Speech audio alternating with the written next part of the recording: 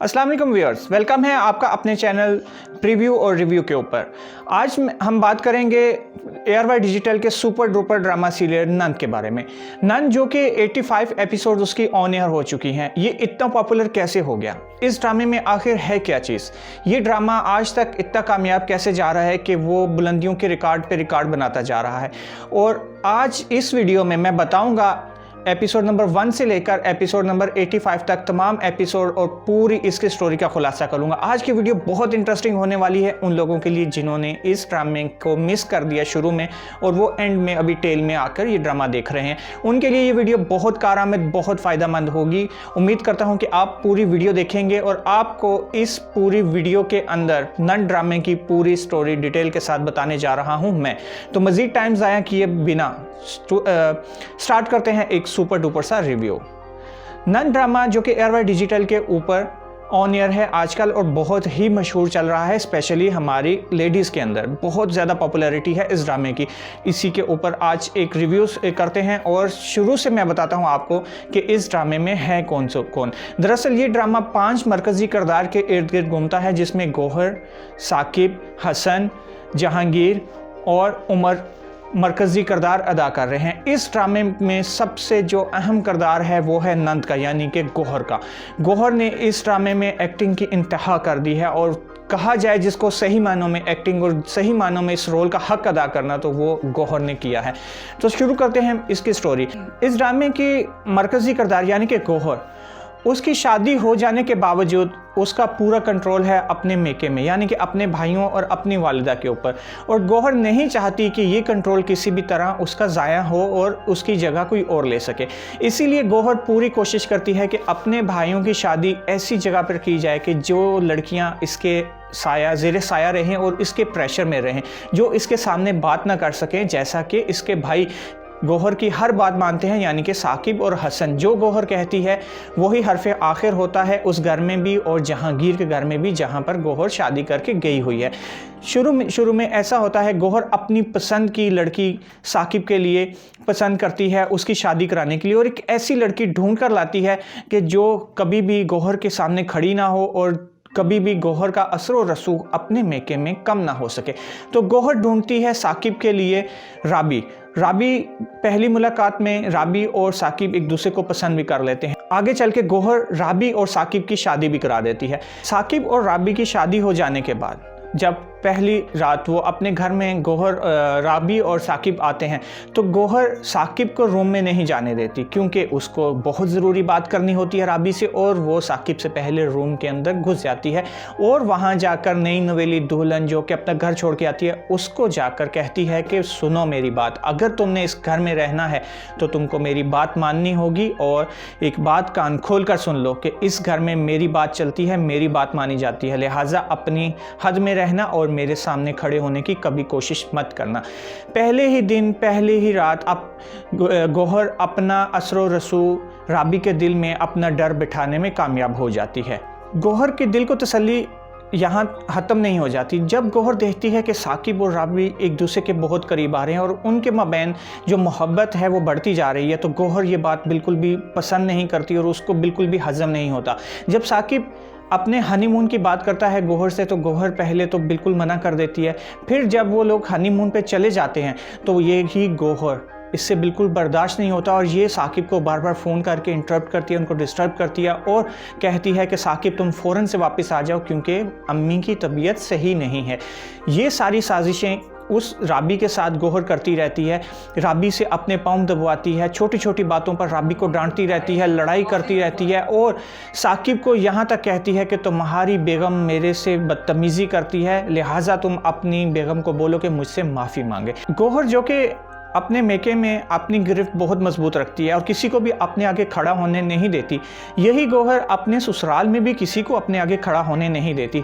हत्ता कि जहांगीर की वालिदा जो कि गौहर का शोहर है, उसके साथ भी गौहर का रवैया कुछ सही नहीं होता। पूरे घर के कामकाज भी गौहर अपनी सास से करवाती है और जिस तरह की गौहर बदतमीज़ है वैसा ही तरबियत गौहर ने अपने बेटे यानी कि उमर की होती है। उमर दिन ब दिन अपनी दादी के साथ बदतमीज़ी करता है, जिसकी वजह वजह से दादी उसको डांटती है और दादी सास और बहू में नोकझोंक हो जाती है। ये नोकझोंक बढ़ती रहती है, ये नोकझोंक ख़त्म नहीं होती, हत्ता कि इतनी बढ़ जाती है कि जहांगीर और गौहर की लड़ाई हो जाती है और गौहर अपने बेटे उमर को लेकर अपने मेके में चली जाती है, यानी कि अपने भाइयों के पास, और राबी के सर के दर्द में मज़ीद इजाफा कर दे। गौहर अपने घर आकर भी सुकून से नहीं रहती, अपना ससुराल छोड़कर अपने मेके में आ गई है पर सुकून फिर भी नहीं लेती। गौहर से बिल्कुल बर्दाश्त नहीं होता कि साकिब और राबी एक दूसरे से के करीब रहें और एक दूसरे इनके माबेन मोहब्बत बढ़ती रहे। गौहर ये बात बिल्कुल भी बर्दाश्त नहीं करती और वो छोटी छोटी बातों को लेकर राबी को साकिब के हाथों भी जलील करवाती है, अपनी माँ के हाथों, और ख़ुद भी बहुत ज़्यादा उसको तंग करती है और बहुत ज़्यादा बेइज्जती करती है। राबी और साकिब के यहाँ खुशखबरी होती है वो ये अच्छी खबर अपने घर वालों यानी कि अपनी वालिदा को साकिब और राबी सबको बताते हैं कि हम वालिदैन बनने वाले हैं। ये खबर सुनकर साकिब की वालिदा तो बहुत खुश होती है, पर गौहर बिल्कुल भी खुश नहीं होती, क्योंकि हसद और जलन गौहर के अंदर कूट कूट के भरा होता है। गौहर सोचती है कि अगर राबी और साकिब का बच्चा हो गया और वो दुनिया में आ गया तो मेरे बेटे उमर की वैल्यू ख़त्म हो जाएगी। उमर वही बच्चा जिसकी पूरे एक्सपेंसिव उसके स्कूल और सारे पैसे और सारा ख़र्चा गौहर के भाई उठाते हैं, उसको अपने घर में रखा हुआ है। ये सब कुछ फरामोश करके गौहर एक और साजिश चलती है। गौहर कहती है कि अगर इनका बच्चा इस दुनिया में आ गया तो हमारी वैल्यू बिल्कुल ख़त्म हो जाएगी, मेरे बेटे उमर को कोई भी नहीं पूछेगा। और वो इंतहाई कदम उठाते हुए एक साजिश रचाती है जिसके तहत साकिब और राबी का होने वाला बेबी ज़ाया हो जाता है। गौहर एक मासूम जान को कत्ल करने के बाद भी उसके हसद और ज़िद ठंडा नहीं होता, वो फिर भी साजिशें करती रहती है और पूरी कोशिश करती है कि किसी न किसी तरह साकिब और राबी अलग हो जाएं।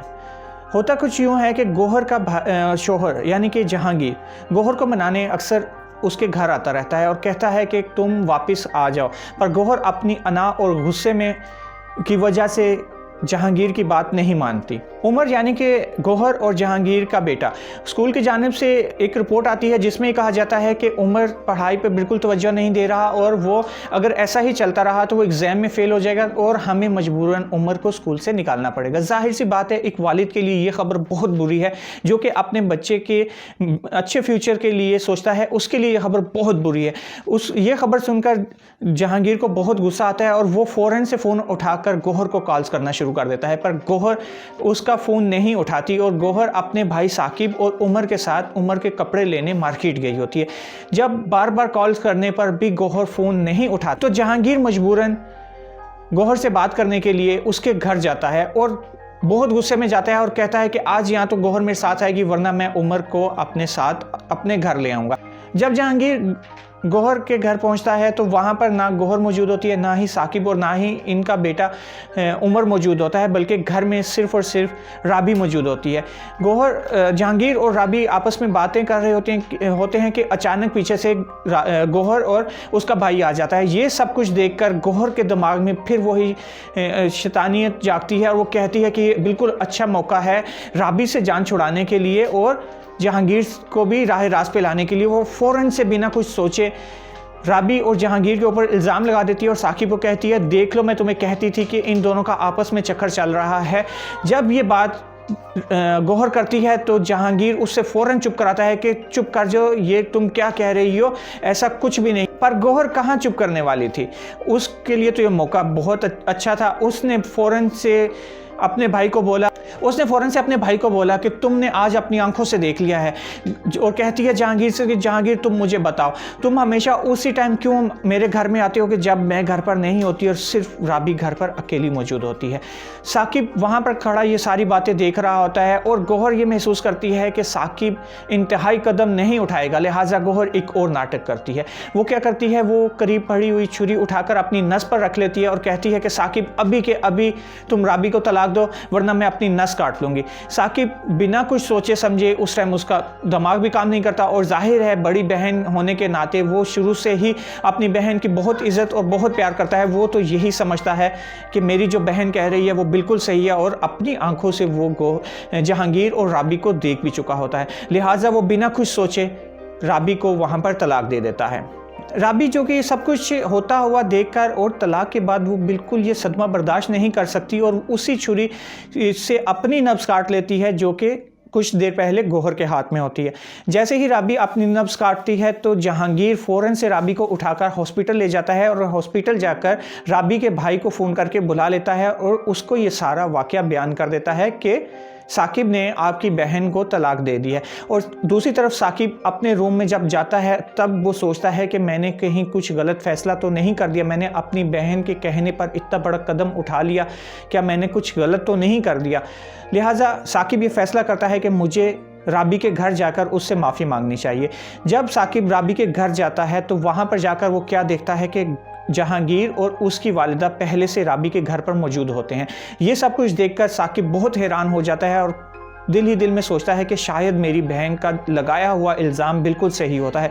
लिहाजा वो आगे बढ़ता है और जाकर जहांगीर और राबी से एक सवाल करता है कि और जाकर जहांगीर से कहता है कि तुम यहाँ क्या कर रहे हो, जिसके जवाब में जहांगीर उसको कहता है कि तुम कौन होते हो मुझसे ये सवाल पूछने वाले, जबकि तुम राबी को तलाक दे चुके हो। और ऐसा ही कुछ जवाब राबी भी साकिब को देती है और कहती है कि तुम और तुम्हारी बहन की सोच बिल्कुल एक जैसी है और आइंदा मेरे घर पर नहीं आना। इसी नोक-झोंक में राबी एक ज़ोरदार थप्पड़ भी साकिब को रसीद कर देता और राबी का भाई भी साकिब को मना कर देता है कि आज के बाद हमारे घर आने की हिम्मत मत करना। दूसरी जानिब राबी का भाई जहांगीर को भी कहता है कि आप भी मेहरबानी करके हमारे घर नहीं आइएगा, अगर आप हमारे घर आते जाते रहेंगे तो मोहल्लेदार और आसपास के लोग गलत सोचेंगे। लिहाजा राबी का भाई साकिब जहांगीर को भी मना कर देता है कि आप भी हमारे घर अब नहीं आइएगा। अब बात करते हैं इस ड्रामे के दूसरे मेन कैरेक्टर जो कि है हसन, जो कि गौहर और साकिब का छोटा भाई है। हसन एक लड़की फरवा को बहुत पसंद करता है और हसन चाहता है कि मेरी शादी फरवा के साथ हो जाए, पर गौहर जैसी बहन के होते हुए ये इतना आसान नहीं था। जब गौहर को पता लगता है कि हसन फरवा को पसंद करता है तो वो बहुत नापसंदगी और वो बहुत नाखुश होती है और वो पूरी कोशिश करती है कि कोई ऐसी लड़की हमारे घर में ना आए जो कि मेरे भाई की पसंद की हो और जो मेरे सामने स्टैंड ले। लिहाजा गौहर फिर से अपनी चालें चलना शुरू कर देती है और अपनी पूरी कोशिश करती है कि हसन और फरवा की शादी ना हो। जबकि दूसरी जानिब साकिब जो कि अपनी बहन के हाथों डस चुका होता है, अब उसकी समझ में कुछ आने लगता है और वो अपने भाई हसन का पूरा साथ देता है और हसन और फरवा की शादी करा देता है, हत्ता कि गौहर नहीं चाहती कि ऐसी शादी हो। हसन और फरवा की जब शादी हो जाती है और वो घर पर आते हैं तो गौहर फिर से वही चाल चलती है और पूरी कोशिश करती है कि मैं किसी न किसी तरह फरवा को भी राबी की तरह अपने काबू में कर लूं और वो हसन को रूम में जाने से रोक देती है और कहती है कि रुको हसन, तुम्हारे जाने से पहले रूम में मैं जाऊंगी, मुझे फरवा से बात करनी है। हसन अपनी बहन गौहर को रूम के अंदर नहीं जाने देता और ये कहकर मना कर देता है कि बाजी वो अंदर मेरा इंतज़ार कर रही है, आज आपका अंदर जाना नहीं बनता। लिहाजा वो अंदर चला जाता है। गौहर को ये बात बहुत बुरी लगती है और वो गुस्से में आ जाती है और वो समझ जाती है कि इनको काबू करना होगा वरना मेरी इस घर में जगह ख़त्म हो जाएगी। लिहाजा वो फिर से साजिशें शुरू कर देती है। एक भाई का घर बर्बाद करने के बावजूद भी, अपने भाई की औलाद का खात्मा करने के बावजूद भी उसके दिल को सुकून नहीं आता और वो अपनी साजिशें अब फरवा और हसन के अगेंस्ट चलाना शुरू कर देती है। गौहर जो कि अपने भाई हसन और फरवा की ज़िंदगी ख़राब करने के प्लान बना रही होती है, पर दूसरी जानिब तकदीर को कुछ और ही मंजूर होता है। दूसरी जानिब राबी का भाई जो कि कार एक्सीडेंट में फ़ौत हो जाता है और राबी और उसकी भाभी और उसकी भतीजी अब बिल्कुल बेयारो मददगार अपने एक छोटे से फ्लैट में रहने लग जाते हैं और उनके लिए ज़िंदगी गुजारना बहुत मुश्किल हो जाती है। जहांगीर को जब मालूम पड़ता है कि राबी के भाई का इंतकाल हो गया है और उनके हालात बहुत ही ख़राब हैं तो जहांगीर राबी के घर जाता है और राबी की भाभी को अपनी बहन बना लेता है और उनकी हत्तल इम्कान इमदाद करता रहता है और पूरी कोशिश करता है कि इनको किसी चीज़ की कमी ना हो। फिर एक दिन जहांगीर राबी को कहता है कि अगर तुम मेरी बात मानो तो मेरे ऑफिस में तुम जॉब कर लो, तो इससे तुम्हारा घर भी चलता रहेगा और तुम लोगों को पशेमानी भी नहीं होगी कि तुम लोगों की मैं मदद कर रहा हूँ। राबी को शुरू में ये बात बिल्कुल अजीब लगती है। वो कहती है कि पहले ही जहांगीर की बेगम यानी कि गौहर हम दोनों पर शक करती है। अब अगर मैं ये जॉब की ऑफ़र कबूल कर लेती हूँ तो जहांगीर और गौहर के रिश्ते में मज़ीद दरार पड़ जाएगी, पर हालात से मजबूर होकर राबी जहांगीर के ऑफ़िस में जॉब करने पर रज़ामंद हो जाती है। जब राबी जहांगीर के ऑफ़िस में जॉब कर रही होती है तो वहाँ पर उनके कोलीग्स लंच टाइम में बाहर खाना खाने जाते हैं। जब खाना खाने राबी और उसके कोलीग बाहर जाते हैं तो वहीं पर गौहर भी आ जाती है। इसी दौरान जहांगीर राबी को शादी की ऑफ़र कर चुका होता है, पर राबी जो है वो शुरू में जहांगीर को बिल्कुल मना कर देती है और कहती है कि ऐसा नहीं हो सकता, लिहाजा आप ऐसी बातें मत करें और ना ही ऐसा सोचें। पर जब राबी और उसके कोलीग्स होटल में बैठ के खाना खा रहे होते हैं तो उसी टाइम ऊपर से गौहर भी वहाँ पर आ जाती है। जब गौहर राबी को दूसरे मर्द के साथ बैठे खाना खाते हुए देखती है तो उसके ऊपर बहुत गुस्सा होती है और कहती है कि तुम्हें शर्म आनी चाहिए, कम से कम किसी एक मर्द पर तो रह जाओ। पूरे होटल के सामने गौहर जो है राबी को बहुत जलील करती है, बहुत गुस्सा करती है। जब गौहर ये सब कुछ करके जा चुकी होती है तो तब राबी फैसला करती है कि मुझे अब जहांगीर की ऑफ़र को कबूल कर लेना चाहिए और जहांगीर से निकाह करके उसके घर चले जाना चाहिए। लिहाजा जहांगीर और राबी एक दूसरे से शादी कर लेते हैं और जहांगीर शादी करके राबी को अपने घर ले आता है। जब जहांगीर राबी को अपने घर ले आता है तो उमर अपने बाप से मिलने जब अपने बाप के घर आता है यानी कि जहांगीर के घर आता है तो वहाँ उमर राबी को वहाँ देखकर बहुत हैरान होता है और वो अपने बाबा से पूछता है कि बाबा, राबी मामी हमारे घर पे क्या कर रही है। तब जहांगीर उमर को बताता है कि बेटा अब ये तुम्हारी मामी नहीं है, अब ये तुम्हारी छोटी मामा है। उमर ये सारी बातें सुनकर जब वापस अपनी माँ के पास जाता है तो वो जाके बताता है कि राबी अब मेरी मामी नहीं रही बल्कि मेरी मामा बन गई है और जहांगीर और राबी ने आपस में शादी कर ली है और वो एक साथ हमारे घर में रहना शुरू हो गए हैं। गौहर जब ये बात सुनती है तो उसके ऊपर तो जैसे तूफ़ान आ जाता है, बिजली गिर जाती है, ऐसा वो परेशान हो जाती है और गुस्से हो जाती है और वो गुस्से में एकदम गौहर गुस्से में अपने भाई हसन को लेती है और फ़ौरन से जहांगीर के घर पहुंच जाती है। जहांगीर के घर पहुंचकर वो बहुत शोर शराबा करती है, बहुत गुस्सा करती है और जहांगीर को कहती है वही लाइनें जो कि उसने अपने भाई हसन को साकिब को कही होती हैं कि अभी के अभी इसको तलाक दो, फ़ौरन इसको तलाक दो। तब जहांगीर उसको कहता है कि 1 मिनट रुक जाओ, मुझे पता है कि मैंने किसको तलाक देनी है और यहाँ पर तमाशा लगाना बंद कर दो। जहांगीर उसको गुस्से से डांट कर अपने घर से निकाल देता है और गौहर जब बहुत बेआबरू होकर जहांगीर से बातें सुनकर डांट खाकर अपने घर वापस आ जाती है। अब घर वापस आकर भी उसकी जलन और उसका गुस्सा कम नहीं होता, बल्कि वो अपने भाई हसन और फरवा की मोहब्बत को देखकर अंदर ही अंदर बहुत जलती रहती है और पूरी कोशिश करती है कि किसी तरह अब मैं इनको अलग करूं। अब यहाँ पर एंट्री होती है फरवा के दोस्त यानी कि शाहजेब की। शाहजेब और फरवा दोनों बचपन के दोस्त होते हैं, स्कूलिंग, कॉलेजिंग और यूनिवर्सिटी तक वो एक दूसरे के साथ रहते हैं। फरवा अपने शाहजेब को अपना बहुत अच्छा दोस्त और बेस्ट फ्रेंड समझती और मानती है और अपनी हर बात शाहजेब के साथ शेयर करती है। शाहजेब की मंगनी होने वाली होती है रिमशा के साथ और एक दिन शाहजेब रिमशा को होटल में बुलाता है और उसी दिन उसी जगह पर वो फरवा को भी बुलाता है क्योंकि वो बहुत अच्छे दोस्त होते हैं। इसी सारी कहानी के बीच गौहर हसन के दिल में फरवा और शाहजेब के लिए शक डाल चुकी होती है।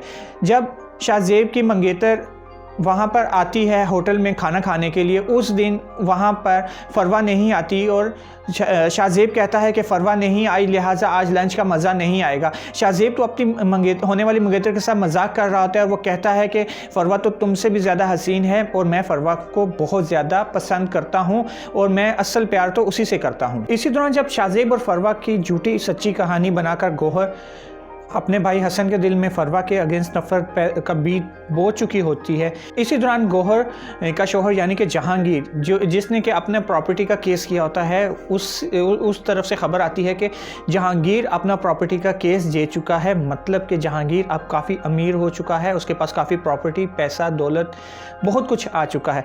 जब यह खबर घर आकर साकिब अपनी बहन गौहर को बताता है तो गौहर के दिल में फिर से लालच जागती है। गौहर सोचती है कि क्यों ना अब वापस जहांगीर के घर जाया जाए। अब वो अमीर भी हो चुका है, अब उसके पास दौलत भी आ गई है, और गौहर जो कि बहुत ही लालची, ज़िद्दी और और हमेशा गुस्से में रहने वाली औरत होती है, वो अब ये साजिश करने लग जाती है कि अब मुझे वापस जाना चाहिए जहांगीर के पास, क्योंकि अब उसके पास काफ़ी दौलत आ चुकी है। लिहाजा वो वापस अपने घर पहुंच जाती है, अपनी सास से जाके माफ़ी मांगती है, अपने शोहर, और सबसे अहम बात, वो जाकर हाथ जोड़कर राबी से भी माफ़ी मांगती है और राबी को कहती है कि मैंने तुम्हारे साथ बहुत ज़्यादती की, तुम्हारे ऊपर बहुत जुल्म किया, अगर हो सके तो मुझे माफ़ कर दो। राबी बेचारी भोली भाली, वो इसकी चालों को नहीं समझ सकती और वो फ़ौरन से गौहर की बात मान लेती है। लिहाजा गौहर अपनी इनिशियल चाल में कामयाब हो जाती है, अपनी सास को भी अपनी मुट्ठी में कर लेती है और वो घर में भी एंट्री मार देती है। अब जबकि गौहर अपने सास के घर अपने शोहर के पास चली गई है, अब वो वहाँ जाकर नई चालें चलना शुरू कर देती है। गौहर अपनी सास को अपनी मुट्ठी में करने के लिए अपनी सास के इर्द गिर्द घूमने लग जाती है, उसकी खिदमत करती है, अपने हाथों से खाना पीना उसको देती है।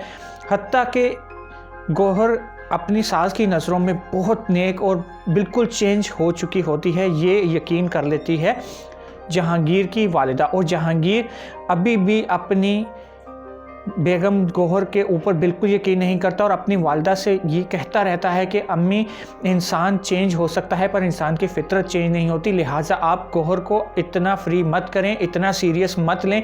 गौहर बिल्कुल चेंज नहीं हुई, पर गौहर का जादू अपनी सास के ऊपर चल चुका होता है। लिहाजा वो फ़ौरन से जहांगीर को डांटती है और कहती है कि नहीं, मैं बड़ी हूँ, मैंने दुनिया देखी है, मुझे पता है कि गौहर चेंज हो चुकी है। गौहर इस सारे काम में, इस सारी हरकत में अपने बेटे उमर को भी पूरी तरह से इस्तेमाल करती है और उमर के ज़रिए भी अपनी सास के ऊपर डोरे डाल के उनको काबू कर लेती है। अब जबकि गौहर के हाथ में पूरी तरह उसकी सास आ चुकी है, अब गौहर अगली चाल चलती है, यानी कि जहांगीर और राबी के अलग करने के लिए। जहांगीर और राबी को अलग करने के लिए गौहर चालें चलना शुरू कर देती है। के लिए वो अपने भाई साकिब का इस्तेमाल करती है। गौहर राबी के मोबाइल से अक्सर अपने भाई साकिब को मिस कॉल और मैसेजेस करती रहती है ताकि साकिब ये समझे कि ये कॉल्स और ये मैसेजेस मुझे राबी कर रही है। लिहाजा वो एक दिन अपना मोबाइल लेकर राबी के घर पहुंच जाता है और कहता है कि ये देखो, राबी मुझे मैसेज कर रही है और मैं ये पूछने आया हूँ कि राबी का अब मेरे से कोई रिश्ता नहीं रहा, तो राबी मुझे मिस कॉल और मैसेज क्यों कर रही है। ये सब कुछ देखकर राबी बहुत परेशान हो जाती है और वो कहती है कि मैंने कोई मैसेज नहीं किया, ना ही मैंने कॉल किया और ना ही मुझे कोई ज़रूरत है तुमसे बात करने की। इनिशियली शक जो है वो जहांगीर के दिल में पैदा करने में गौहर काफ़ी हद तक कामयाब हो जाती है। लिहाजा जहांगीर उस टाइम तो राबी को कुछ नहीं कहता और साकिब को अपने घर से निकाल देता है, जबकि दूसरी जानिब जहां से गौहर अपने घर से वापस अपने मेके आ चुकी है, अपने ससुराल आ चुकी है, पर अपनी साजिशें और अपना गुस्सा ख़त्म नहीं किया। लिहाजा वो अपने ससुराल में रहते हुए भी अपने मेके में चालें चलना ख़त्म नहीं करती और वो जो कि शक का बीज अपने भाई हसन के दिल में फरवा के लिए बो आई होती है, वो अपना काम कर रहा होता है। दूसरी जानिब शाहजेब जो अपनी मंगेतर से बात करता है कि मैं तो तुमसे ज़्यादा, शाहजेब अपनी मंगेतर रिमशा से मजाक करता है। वो ये सारी बातें मजाक में कहता है पर रिमशा उस मजाक को बिल्कुल सीरियस ले लेती है और वो गुस्से में आकर फ़ौरन से आ जाती है फरवा के घर और फरवा के घर आकर उसके ऊपर गुस्सा करना शुरू हो जाती है और कहती है कि तुमको शर्म नहीं आती, अपना शोहर होते हुए भी तुम मेरे होने वाले मंगेतर के ऊपर डोरे डाल रही हो। ये सारी बातें पास खड़ा हसन भी सुन लेता है और जो शक का बीज गौहर ने हसन के दिल में बोया होता है, अब वो एक तनावर दरख्त बन जाता है और वहाँ पर हसन अपनी बेगम को मारता भी है और बहुत गुस्सा करता है और यहाँ तक तलाक तक बात चली जाती है। जब हसन अपनी बेगम फरवा के ऊपर हाथ भी उठाता है और काफ़ी लड़ाई भी होती है, इस सारे ड्रामे के बाद फरवा वहाँ पर बिल्कुल नहीं रुकती और वो नाराज़ होकर अपने वालिद के घर आ जाती है। फरवा जो कि हसन से नाराज़ होकर अपने घर पहुँच चुकी होती है, वहाँ पर शाहजेब भी आता जाता है और शाहजेब माफ़ी भी मांगता है फरवा से कि मेरी वजह से तुम्हारा घर तबाह हो रहा है और वो फरवा के घर चक्कर लगाता रहता है। वहाँ पर हसन को मालूम होता है कि फरवा के घर शाहजेब का आना जाना है, तो हसन का शक अब यकीन में बदलना शुरू हो जाता है।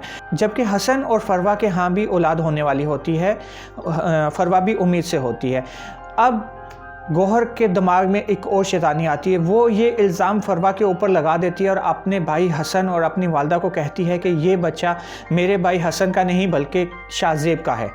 शाहज़ेब की होने वाली मंगेतर रिमशा की एक होती है बहन अफशा, जिसकी काफ़ी हद तक अंडरस्टैंडिंग हो चुकी है अब साकिब के साथ, और ये सारी अंडरस्टैंडिंग करवाई है फरवा ने।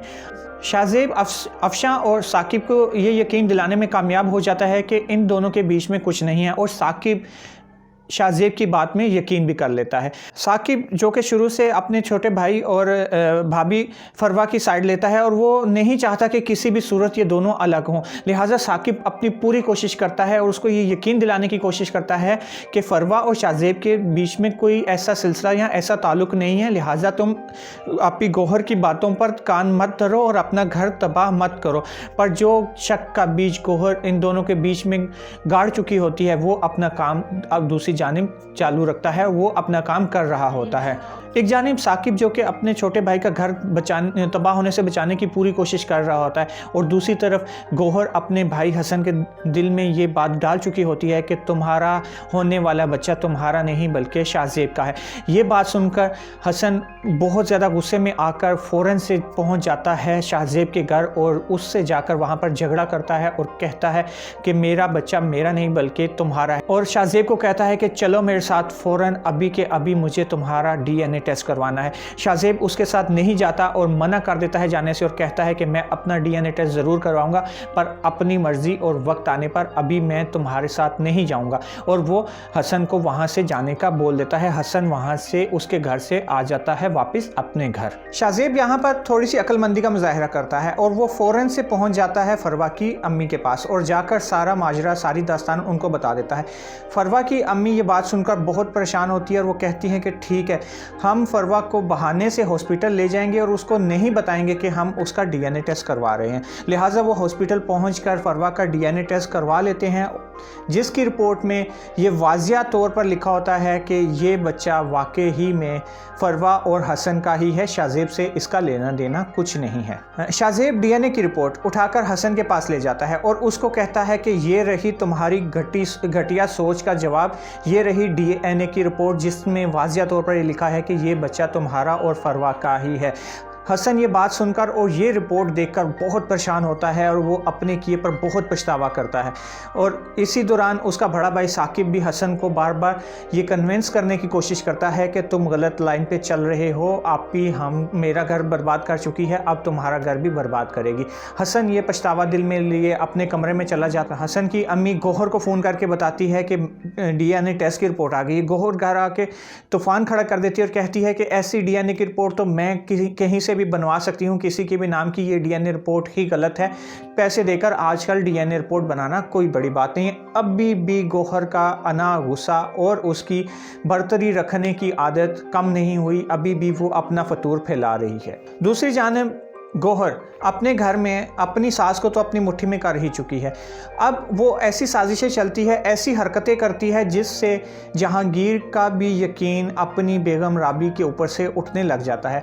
वो अपने भाई को फ़ोन करके बुलाती है और कहती है कि बहुत ज़रूरी बात है, तुम्हें मेरी कसम और रोती है कि तुमने लाजमी आना है मेरे घर और मेरी सास से बात करनी है। जबकि गौहर अपनी सास को ये बात बता चुकी होती है कि राबी और साकिब के माबैन दोबारा से ताल्लुकात कायम हो रहे हैं और राबी ने जहांगीर के साथ जो शादी की है, दरअसल वो शादी राबी ने हलाला करने के लिए की है। ऐसी बातें, ऐसा ब्रेन वॉश वो अपनी सास का कर चुकी होती है। लिहाजा जैसे ही गौहर का भाई साकिब अपनी बहन से मिलने उसके घर आता है तो वो अपनी सास को सामने बिठाकर किसी न किसी तरह साकिब से ये बातें उगलवा लेती है, जिसमें वो कुछ ऐसी बातें करता है कि हाँ, हम दोनों दोबारा से शादी करना, हलाला करना चाहते हैं। लिहाजा यहाँ पर गौहर अपने मंसूबे में हो जाती है 100% कामयाब, और यहाँ बात ख़त्म नहीं करती। गौहर साथ में इस सारी कन्वर्सेशन की रिकॉर्डिंग कर लेती है और ये सारी रिकॉर्डिंग अपने शौहर जहांगीर को सुना देती है। ये रिकॉर्डिंग सुनकर जहांगीर आपे से बाहर हो जाता है। वो राबी के ऊपर हाथ भी उठाता है और उसका हाथ पकड़कर उसे ऊपर वाले घर में शिफ्ट कर देता है और उसे कहता है कि तुम्हारी औकात यही है, अब तुम यहीं रहना और कोशिश करना कि मेरे सामने मत आओ।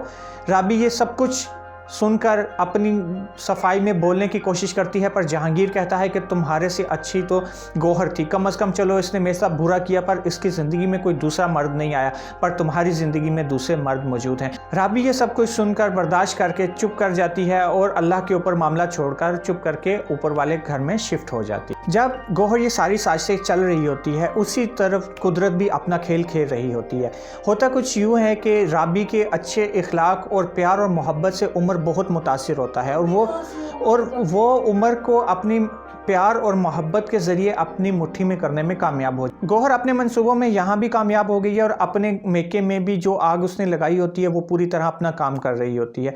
और इसी दौरान जहांगीर की अम्मी की तबीयत हो जाती है बहुत ख़राब। गौहर को ये बहुत अच्छा मौका मिलता है। गौहर अपनी सास से जो काम लेना चाहती है वो अपना काम वो निकलवा चुकी होती है, लिहाजा जहांगीर की वालिदा वहाँ खड़े होकर अपने बेटे जहांगीर को आवाज़ें दे रही होती है और पानी मांगती है, पर वहाँ पर मौजूद होती है गौहर। और गौहर मरते वक्त भी अपनी सास को पानी नहीं देती और गिलास उनके हाथ से ले लेती है। गौहर की सास जो कि अपनी ज़िंदगी की आखिरी सांसें ले रही होती है और गौहर से गिड़गिड़ाकर पानी और दवाई का मुतालबा करती है। गौहर अपनी सास के हाथ में गिलास पानी का रख के वापस ले लेती है और कहती है कि बुढ़िया तुम्हारा खेल अब ख़त्म, अब तुम्हें इस दुनिया से चला जाना चाहिए। और उसी दौरान जहांगीर की वालिदा इस दुनिया से फोत हो जाती है, पर कुदरत ने फिर यहाँ पर अपनी चाल चलती है और यहाँ पर लाकर खड़ा कर देती है गौहर के ही बेटे उमर को, जो कि ये सारा मंज़र अपनी आंखों से देख लेता है।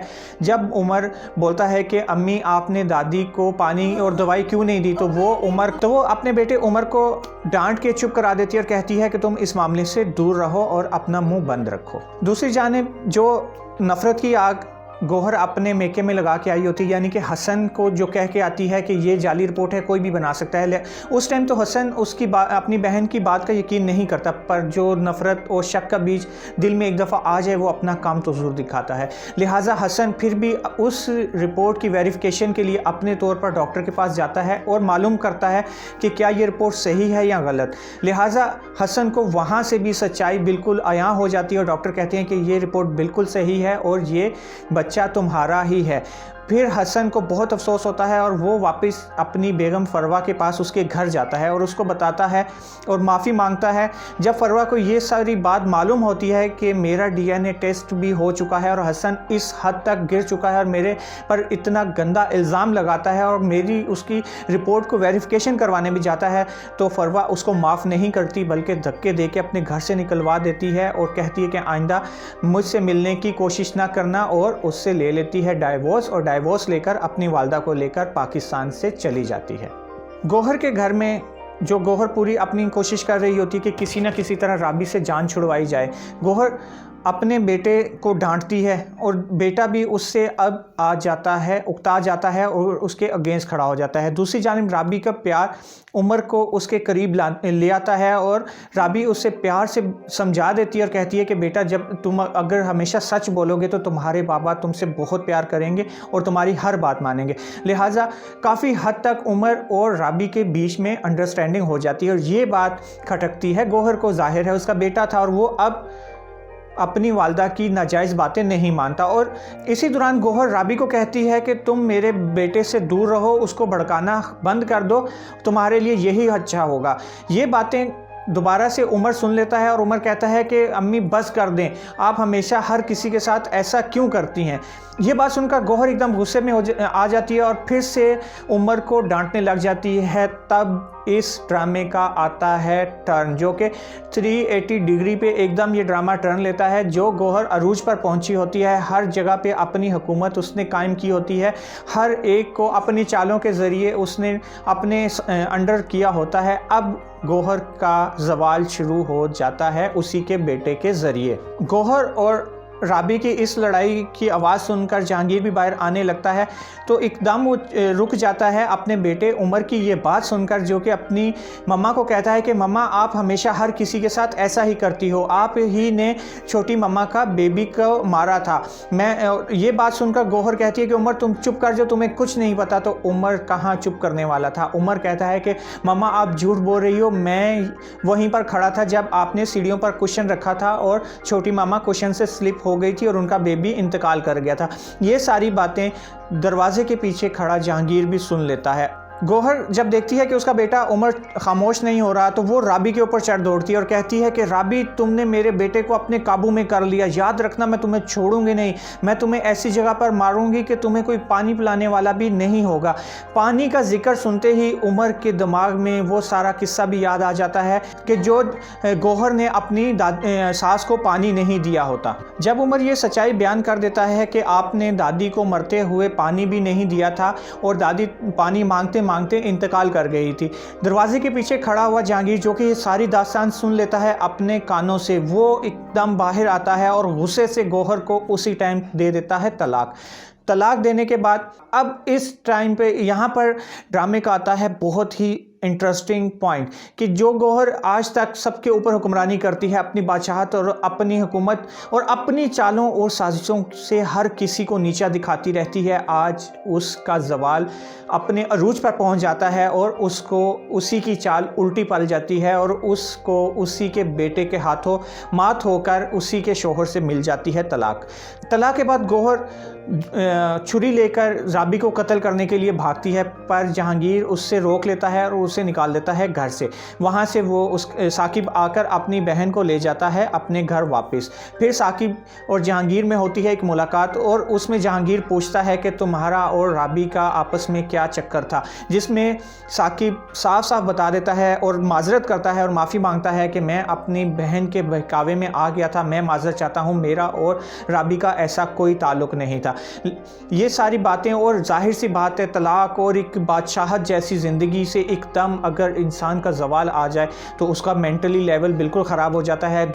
यही हाल होता है गौहर के साथ। गौहर बिल्कुल मेंटली लेवल अपना खो चुकी है और वो बहुत गुस्से में और पागलों वाली हरकतें करना शुरू कर देती है, जिससे तंग आकर साकिब और उसका भाई हसन गौहर को एक कमरे तक महदूद कर देते हैं और उसको कर देते हैं कमरे के अंदर कैद।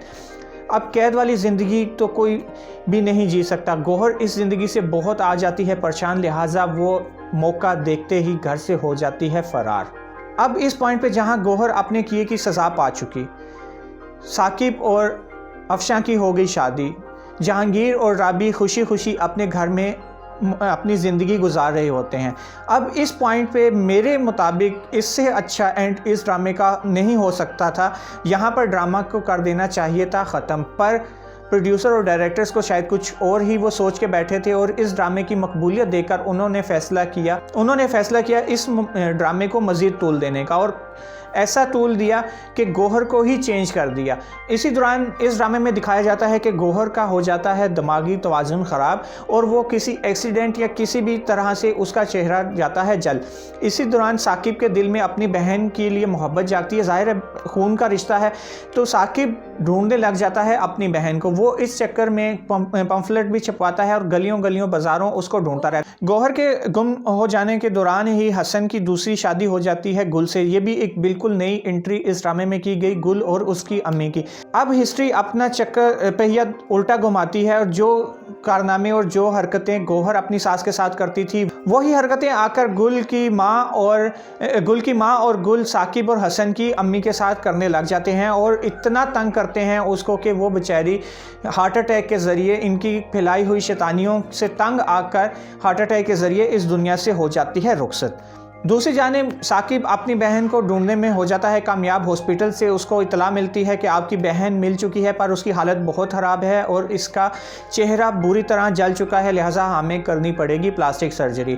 गौहर वहाँ से प्लास्टिक सर्जरी करवा कर वापस आ जाती है एक नए चेहरे के साथ, और वो नया चेहरा और कोई नहीं होता, पाकिस्तान की मशहूर एक्ट्रेस जवेरिया सऊद का होता है। गौहर को यहाँ पे कर दिया जाता है चेंज। यहाँ पर थोड़ा सा टच दिया गया है इंडियन ड्रामे का, ऐसा देखा नहीं जाता, पाकिस्तानी ड्रामों में ऐसा नहीं दिखाया जाता, बहुत कम दिखाया जाता है, पर ये गौहर है, ये नंद ड्रामा है, इसमें कुछ भी हो सकता है। अब साकिब अपनी बहन गौहर को लेकर आ जाता है अपने घर, जहाँ पर मुंतज़िर होता है उमर, यानी कि गौहर का बेटा, अपनी माँ से मिलने का। जैसे ही उमर अपनी माँ का चेहरा देखता है तो वो गुस्से से अपने वहाँ से चला जाता है और ये कहता है कि आप किसी और को ले आए हो, ये मेरी माँ नहीं है। जाहिर है गौहर की प्लास्टिक सर्जरी की वजह से उसका चेहरा हो चुका है तब्दील। अब जहांगीर और हसन जाते हैं उमर को ये समझाने के लिए कि यही तुम्हारी मम्मा है, क्योंकि इसका चेहरा जल चुका था, इसकी डॉक्टर ने कर दी है प्लास्टिक सर्जरी।